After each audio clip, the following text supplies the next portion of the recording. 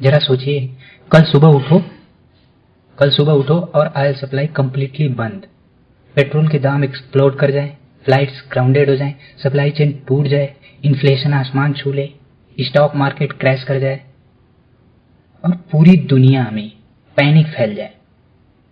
यह सिर्फ इमेजिनेशन नहीं है, ऐसा ऑलमोस्ट हो चुका है मल्टीपल टाइम्स। ये जो मॉडर्न सिविलाइजेशन है ना, ऑयल पे चलती है और ये कोई एक्सेजरेशन नहीं है, ये हमारी बिगेस्ट वल्नरेबिलिटी है। ऑयल सिर्फ आपकी कार में फ्यूल नहीं है, ये हर चीज में छुपा हुआ इंग्रेडिएंट है। ट्रांसपोर्टेशन में ले लो आप, एविएशन है, शिपिंग है, रोड फ्रेट है, इंडस्ट्री में फैक्ट्रीज, मशीन्स, लुब्रिकेंट्स, बिजली, आज भी कई ग्रिड्स ऑयल पे डिपेंड है। प्लास्टिक, मेडिकल सिरिंज से लेकर आपके स्मार्टफोन केस तक, फर्टिलाइजर्स, मॉडर्न एग्रीकल्चर लिटरली जो पेट्रोकेमिकल्स पे खड़ी है। और मिलिट्री, टैंक्स हो गए, फाइटर जेट्स हो गए, वारशिप, बिना ऑयल के 1 इंच भी नहीं हिल सकते। आप ऑयल का फ्लो काटो और आप मॉडर्न दुनिया के फ्लो को काट देते हो। इतनी इंपॉर्टेंस है इस ऑयल की। ऐसा नहीं है कि पुरानी सिविलाइजेशन को पेट्रोलियम के बारे में नहीं पता था। जो एंशिएंट मेसोपोटामिया सिविलाइजेशन थी, वो बिटुमेन, यानी कि जो हम लोग रोड पे वो तारकोल बिछाते हैं ना, उस टाइप का वो यूज करती थी वाटर प्रूफिंग के लिए और बिल्डिंग बनाने में। इसके साथ मेडिसिन में भी उसका यूज होता था। इजिप्ट में ऑयल और बिटुमेन का यूज होता था वो ममीफिकेशन में, मम्मी को जो है सड़न से बचाने के लिए उसका यूज होता था। सबसे पहली बार जो ऑयल ड्रिल किए गए थे ऑयल के, चाइना में 200 BC में ये हुआ था। वो लोग जो ऑयल का यूज करते थे लैंप जलाने में। लेकिन मॉडर्न स्टोरी शुरू होती है 1859 में पेंसिल्वेनिया में। एडविन ड्रेक ने पहला कमर्शियल ऑयल वेल ड्रिल किया, एक सिंपल वुडन रिग, लेकिन उस होल ने दुनिया बदल दी। उसके बाद आया एक young book keeper John D Rockefeller. उसको सिर्फ ऑयल नहीं चाहिए था, उसको हर ड्रॉप पे कंट्रोल चाहिए था। रिफाइनरी पे कंट्रोल, पाइपलाइंस पे कंट्रोल, ट्रांसपोर्ट पे कंट्रोल, और उसने बनाया स्टैंडर्ड ऑयल जो आज हम पेट्रोलियम यूज करते हैं ना कारों में, वो बनाया उसने। और उसने इतना बड़ा साम्राज्य, इतना स्ट्रांग एम्पायर खड़ा किया कि यूएस गवर्नमेंट उससे परेशान हो गई और उसमें हस्तक्षेप करके उसको कंट्रोल किया। फिर आया इंडस्ट्रियल रेवोल्यूशन, और जो पहले इंडस्ट्री में कोयला यूज होता था, लेकिन अब जो है वो ऑयल पे चलने लगे थे। उसके बाद फोर्ड ने जो है ऑयल से चलने वाली कार का निर्माण किया, और कार की जो है डिमांड बढ़ने लगी, और कार की वजह से ऑयल की भी डिमांड बढ़ने लगी। और ऑयल जो है ना बिजनेस नहीं रहा, वो ब्लड सप्लाई बन गया था। इसके बाद जो है ना आया वर्ल्ड वार 1 जो है पहला सिग्नल था। कोल्ड ट्रेन्स की जगह अब जो है ऑयल पावर्ड शिप और टैंक्स आए। स्पीड और रेंज ने मिलिट्री पावर रीडिफाइन कर दी। पुरानी सिविलाइजेशन में जहां हम जो है लैंप में फ्यूल की तरह पेट्रोलियम का यूज करते थे, लेकिन अब जो है वो जेट का फ्यूल बन चुका था। और ये जो ऑयल जो है ना लाइफ ब्लड बन गया है मॉडर्न सिविलाइजेशन का। इसीलिए कहा जाता है 20th century become the century of oil. World war 1 में जो है ऑयल था कि उसका यूज किया गया था मिलिट्री की जो है एफिशिएंसी बढ़ाने में। लेकिन जो वर्ल्ड वार 2 आया ना, ये ऑयल ही ऑब्जेक्टिव बन गया था। हिटलर ने सोवियत यूनियन में सिर्फ टेरिटरी के लिए इन्वेट नहीं किया, उसे बाकू के ऑयल फील्ड की डेस्परेट जरूरत थी। और जापान, जिसके पास अपना ऑयल नहीं था, उसने क्या किया? पर्ल हार्बर पे अटैक किया, क्योंकि अमेरिका ने उसकी ऑयल सप्लाई कट कर दी थी। इसलिए वो मजबूर था और उसे अटैक करना पड़ा अमेरिका पर। वर्ल्ड वार 2 में ऑयल की इंपॉर्टेंस देखते हुए एक कहावत प्रचलित है कि एलॉयज ऑयल के सी पर जीत की तरफ तैर कर गए। अगर उनके पास ऑयल नहीं होता तो शायद ये सेकेंड वर्ल्ड वार नहीं जीत पाते। आगे के जितने भी वार हुए वो सिर्फ हथियारों से नहीं लड़े जाते थे, वो एनर्जी के लिए लड़े जाते हैं। No oil no military power. आज देखिए रसिया इतने 4 साल से युद्ध लड़ रहा है, अगर उसके पास ऑयल नहीं होता ना तो 2 महीने तक वार में नहीं टिक पाता। तो ऑयल जो है आज no oil no military power, ये सिचुएशन हो गई है आज की। शुरू में जो ऑयल था ना वो अमेरिका और यूरोप में कंसंट्रेट था, लेकिन 20वीं सदी के शुरुआत में एक्सप्लोरर को जो है रेगिस्तान के नीचे एक खजाना मिला। Saudi Arabia, Iran, Iraq, Kuwait, UAE, ये रीजन दुनिया के लगभग आधे डिस्कवरेबल रिजर्व के ऊपर बैठे। मिडिल ईस्ट सिर्फ एक रीजन नहीं रहा, एक ग्लोबल एनर्जी का हब बन गया, और जो नेशन इस ब्लैक गोल्ड पे बैठे थे उनकी दुनिया भर में स्ट्रैटेजिक इंपॉर्टेंस इसका रॉकेट हो गई। आज 3 टॉप प्रोड्यूसर हैं, यूनाइटेड स्टेट्स, सऊदी अरेबिया और रसिया। लेकिन ये ज्योग्राफिकल प्रॉब्लम देखो, सबसे बड़े oil consumer Europe, China, India, Japan producer से बहुत दूर है। इसका मतलब ऑयल जो है ना ट्रेवल करता है, और ट्रेवल के साथ वनरेबल बन जाता है। दुनिया में कुछ नैरो वाटर वे हैं जो ऑयल सप्लाई के वाल्व की तरह काम करते हैं। यहाँ स्ट्रेट ऑफ हॉर्मुज, ये मलक्का स्ट्रेट है, स्वेज कनाल, ऑयल टैंकर जो है यहाँ से मिलियन ऑफ बैरल तेल लेके जो है इन पतले संकरों रास्तों से पर डे गुजरते हैं। एक ब्लॉकेज, एक एक्सीडेंट, एक कॉन्फ्लिक्ट और ग्लोबल सप्लाई चेन को इंस्टेंट हार्ट अटैक आ सकता है। लेकिन एक जो पॉइंट है जो सबसे ज्यादा मैटर करता है, स्ट्रेट ऑफ हॉर्मुज। ये point, straight of Hormuz Iran और ओमान के बीच एक पतली सी पानी की लकीर है। दुनिया का लगभग 20% लिक्विड पेट्रोलियम रोज इस एक गेट से गुजरता है। ईरान इसके एड्स पे खड़ा है और डिकेड से यही ग्लोबल टेंशन का फ्लैश पॉइंट है। एक नेवल ब्लॉकेड यहाँ सिर्फ प्राइस हाइक नहीं होंगे, पूरी इकोनॉमिक्स कोलैप्स कर सकती है। तेल की सप्लाई चेन पे केवल चोक पॉइंट्स ही प्रभाव नहीं डालते हैं। ओपेक जैसे संगठन जो 1960 में बने हैं, जिनका काम है सप्लाई में हस्तक्षेप करके पेट्रोलियम प्रोडक्ट के प्राइस को नियंत्रित करना। 1960 में कुछ ऑयल रिच नेशन बगदाद में मिले, वो थक चुके थे फॉरेन कंपनीज के अपना ऑयल कंट्रोल करते देख। उन्होंने बनाया OPEC, organisation of the petroleum exporting countries.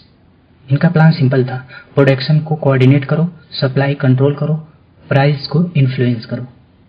जो है ऑयल का नियंत्रण जो है ना पहली बार प्रोड्यूसर के हाथ में है। पहले जो है कंपनियों के हाथ में होता था, जो स्पेशली वेस्टर्न कंपनियां ही होती थी। तो अब असली पावर इस संगठन के पास आ गया था, जो ऑयल प्रोड्यूसर देशों का एक संगठन था। अब हम आते हैं ऑयल की फर्स्ट क्राइसिस पे। अक्टूबर 1973 में अरब स्टेट्स और इजराइल के बीच एक वार छिड़ गई। ओपेक अरब मेंबर्स ने फैसला किया कि ऑयल को वो वेपन बनाएगा। उन्होंने पूरे अरब ऑयल एम्बार्गो लगा दिया उन नेशन पे जो इजराइल को सपोर्ट कर रहे थे, खासकर अमेरिका पर। इसका रिजल्ट इंस्टेंट और ब्रूटल था। ऑयल प्राइस जो है ना 4 गुना बढ़ गए, $3 से लगभग $12 पर बैरल। अमेरिका के गैस स्टेशन या तो बंद हो गए या उनके बाहर ब्लॉक्स लंबी लाइन लगी। वेस्ट जो है ना स्टैगफ्लेशन में डूब गया, हाई इन्फ्लेशन और इकोनॉमी स्टैग्नेशन एक साथ। ऑयल जो है ना अब सिर्फ इकोनॉमिक लेवर नहीं था, ये तलवार बन गया था। यही नहीं, एक दूसरी घटना देखने को मिली 1979 में, ईरानियन रेवोल्यूशन। दुनिया अभी रिकवरी कर रही थी कि दूसरा शॉक आ गया। शाह जो एक वेस्टर्न एलाई था वो उखाड़ दिया गया, ऑयल प्रोडक्शन कोलैप्स हो गया। ईरान का आउटपुट लगभग 5 मिलियन बैरल पर डे गिर गया।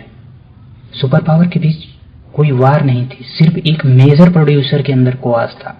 फिर भी इसका रिफल इफेक्ट ने एक और ग्लोबल ऑयल शॉर्टेज ट्रिगर की और दूसरे राउंड पे जो है ना इन्फ्लेशन बढ़ गई।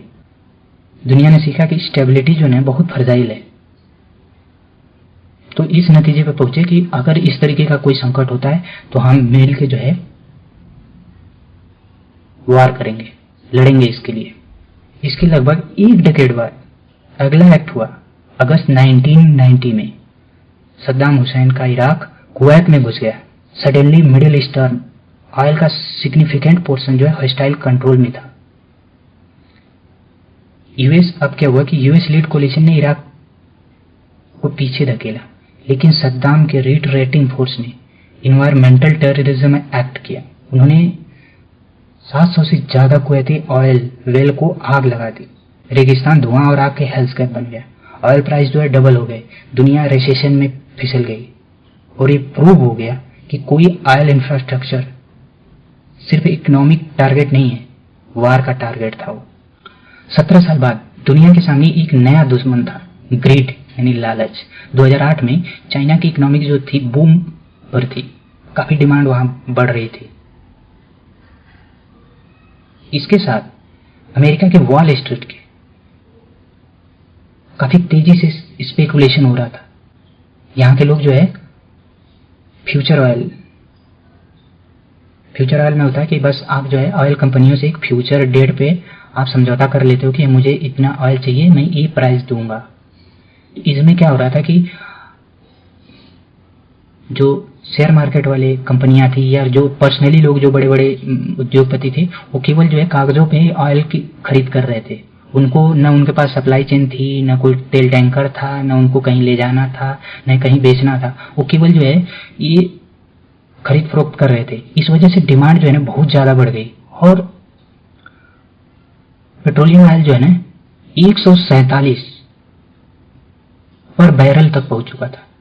ऐसा नहीं है कि ऐसे देशों को बहुत ज्यादा डिमांड थी, बस उसको पेपर पे खरीदा और बेचा जा रहा था, इसलिए इसके प्राइस जो है हाई पहुंच गया था और पूरे विश्व में कुआस मच गया था, क्योंकि एक्चुअल में जिसको जरूरत थी उसको बहुत महंगा पड़ रहा था ऑयल।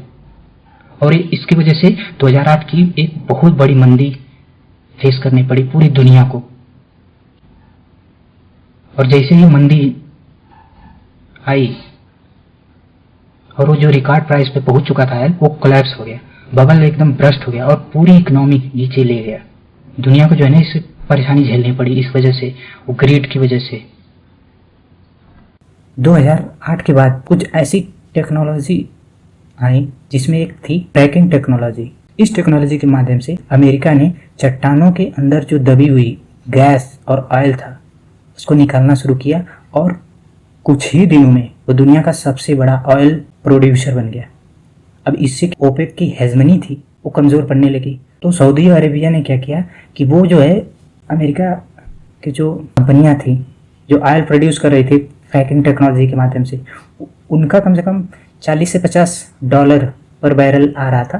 तो इसने सोचा कि चलो प्राइस कम कर देते हैं और ये सब जो है बर्बाद हो जाए। तो इसने ऑयल जो है काफ़ी तेज़ी से प्रोड्यूस करने लगा और मार्केट में फ्लड करने लगा, जिस वजह से प्राइस जो है ना काफ़ी गिर गई ऑयल की और $26 तक पहुंच गई थी। और उसी समय हमारे प्रधानमंत्री मोदी जी बने थे और उन्होंने पूरा मीडिया में कहा था कि मैं बहुत लकी हूँ, मेरे प्रधानमंत्री बनते ही ऑयल की प्राइस गिर गई, मेरे लक का फ़ायदा पूरे देश को हो रहा है। हालांकि आज वो नहीं कहेंगे, खैर ये जोक सपाट था। तो उस समय ये प्रॉब्लम आ गई थी, लेकिन अमेरिकी जो कंपनियां थी उन्होंने इनोवेशन किया अपनी टेक्नोलॉजी में और उसको सस्ता किया और वो सर्वाइव कर गए। और इसी समय बना था 2016 में ही ओपेक प्लस, और ओपेक का एक संगठन बना था जिनमें सभी देशों को जो इसमें सम्मिलित थे जो देश, वो उनको डिसाइड किया गया था कोटा कि आप इतने इतने जो है ऑयल प्रोड्यूस कर सकते हैं। उनका उद्देश्य ये था ताकि ऑयल की जो प्राइस जो है वो काफ़ी नीचे न गिर जाए, सबको फ़ायदा मिलता रहे। अभी हाल ही में यूएई ने जो है इस ओपेक संगठन से अपने आप को क्विट कर लिया है, बाहर निकाल लिया है, ताकि जो कोटा उसको डिसाइड किया गया है उससे ज़्यादा वो जो है ऑयल प्रोड्यूस कर सके। तो ये उसकी जड़ वहाँ पर थी।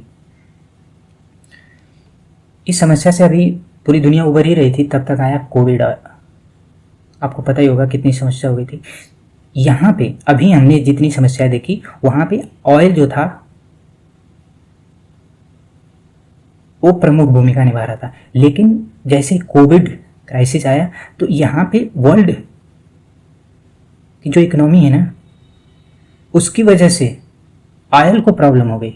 जो ऑयल प्रोड्यूसर कंट्री थी, कंपनियां थी, वो लोगों को कह रही थी कि भैया हम तुमको जो है पैसा दे रहे हैं तुम ऑयल ले जाओ, मतलब -$37 पर बैरल प्राइस हो गया था।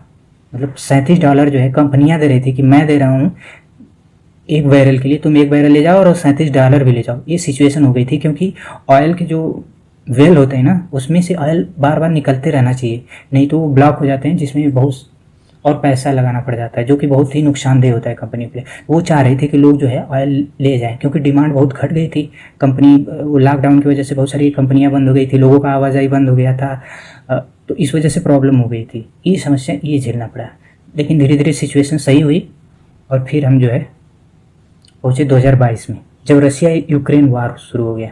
2022 की शुरुआत में रशिया ने यूक्रेन को इन्वेड किया। वेस्ट ने जवाब दिया सैंक्शन से। रशिया के ऑयल और गैस रेवेन्यू को कम करने की कोशिश किया गया। रशिया ने इसका रिटेलिएशन किया, यूरोप की गैस लाइन बंद कर दी। यूरोप में नेचुरल गैस प्राइस जो है ना एकदम बहुत ज़्यादा बढ़ गए, नॉर्मल से 10 गुना ऊपर। पूरे यूरोप में एनर्जी क्राइसिस फैल गई। लेकिन एक ट्विस्ट था, रशिया ने अपने millions of barrel eastward redirect कर दिया। सस्ते में चाइना और इंडिया को दुनिया के एनर्जी मैप रियल टाइम में रीड्रा हो रहे थे, चीज़ें बदल रही थी और भारत ने जो है ना इसका काफ़ी लाभ उठाया है। लेकिन जो करंट सिचुएशन में फिर जो है ट्रंप ने सैंक्शन लगा दिए थे भारत पे, फिर भारत को अपने हाथ जो है खींचने पड़े थे वहाँ से। ऑयल जो है ना इंडिया के लिए बड़ा पर्सनल चीज़ हो जाता है। इंडिया अपना लगभग 85% जो क्रूड ऑयल है वो इम्पोर्ट करता है।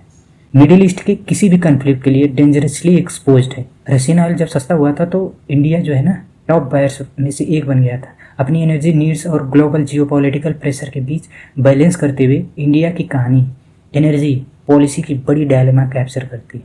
Security first, politics second. तो दोस्तों ये थी ऑयल हिस्ट्री, हमने बात करी। आगे के एपिसोड में मैं बात करूँगा अभी हॉर्मुज स्ट्रेट का जो डिस्प्यूट चल रहा है उस पर। तो थैंक्स फॉर वॉचिंग और सब्सक्राइब करिए। अगर आपको ये वीडियो अच्छा लगा है तो सब्सक्राइब करें और दूसरों को भी सजेस्ट करें। और मिलते हैं हम अगले एपिसोड में। जय हिंद।